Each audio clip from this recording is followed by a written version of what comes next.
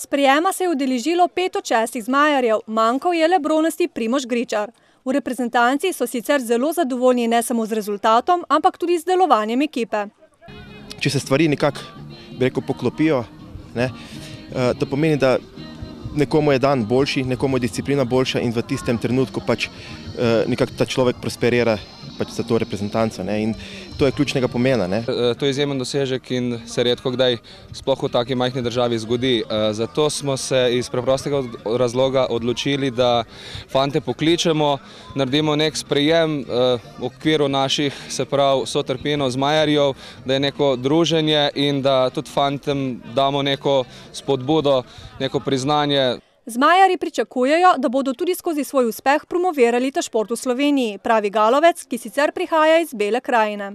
Kolikor opažam, se v zadnjem letu precej ta zadeva promovira tudi preko teh cross-country preletov, tudi preko tekmovanj. In tudi opažam, da na hrib prihaja vedno več mladih pilotov. Ključno v zmajarstvu je sicer veselje do letenja, dodaja. Poglejte, vsak, ki se hoče tega lotiti, je dobrodošel v tem krogu.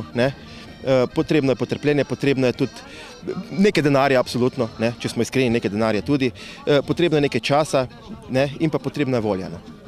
Šentrupertski zmajarji sicer kot društvo delujejo že več kot dobro desetletje. Dobili smo nov štart tukaj, kjer smo zdaj.